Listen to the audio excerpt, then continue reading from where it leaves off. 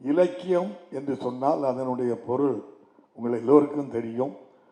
ஒரு மனிதன் எவ்வாறு வாழ வேண்டும் என்பதற்கு இலக்கை காட்டுவதுதான் இலக்கியம் என்று நீங்கள் அறிந்ததுதான் சொல்வார்கள்.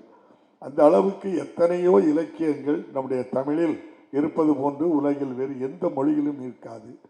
உலக பொதுமறையாகிய திருக்குறளை எடுத்துக்கொண்டால் உலகத்தில் வேறு யாரும் எந்த மொழியிலும் எல்லோருக்கும் பொதுவான ஒரு பொது மறையை உருவாக்கியது திருவள்ளுவர் தான்.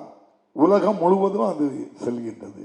அதுபோல் உலகில் தோன்றிய மனிதர்களில் அகிம்சை வழியில் இந்தியாவுக்கு சுதந்திரத்தை பெற்று தந்த ஒரே மனிதர், மாமனிதர், இன்றும் உலகம் முழுவதும் ஏற்றுக்கொள்கின்ற ஒரு கொள்கை அகிம்சை கொள்கை தான். அதுதான் நம்முடைய மகாத்மா காந்தி அவர்களால் கொண்டு வரப்பட்ட, அவருடைய எண்ணத்தில் சிந்தனையில் உதித்தது மட்டுமல்ல, அவர் நடைமுறைப்படுத்தியது மட்டுமல்ல, தானே முன்மாதிரியாக இருந்து நடத்தி காட்டியது அகிம்சை வழிதான். இந்தியாவினுடைய அடையாளம் ஒன்றை அகிம்சை, ஜனநாயகம், குடியரசு என்று சொன்னாலே சொல்ல வேண்டியது நாம் காந்தியைத்தான் சொல்ல வேண்டும். அப்படிப்பட்ட காந்தியை மதவெறி பிடித்தவர்கள், வெளிப்படையாக சொன்னால் RSSலே பயிற்சி கொடுத்து சதி செய்து மிகப்பெரிய அளவில் படுகொலை செய்தது வேறு எந்த நாட்டில் இருந்து வந்து செய்யவில்லை.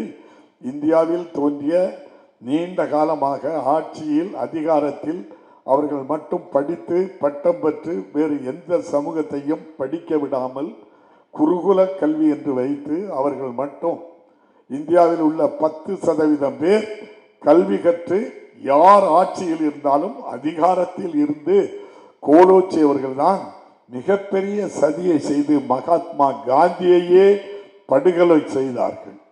அந்த கோட்சே மிகப்பெரிய தியாகி என்று நாடாளுமன்றத்திலே நம்முடைய மத்திய பிரதேசம் போபால் நாடாளுமன்ற உறுப்பினரே நாடாளுமன்றத்தில் பேசுகின்றார்கள் என்றால் இந்தியா எந்த திசையை நோக்கி செல்கிறது என்பதை பார்க்கும்போது வேதனையாக இருக்கின்றது.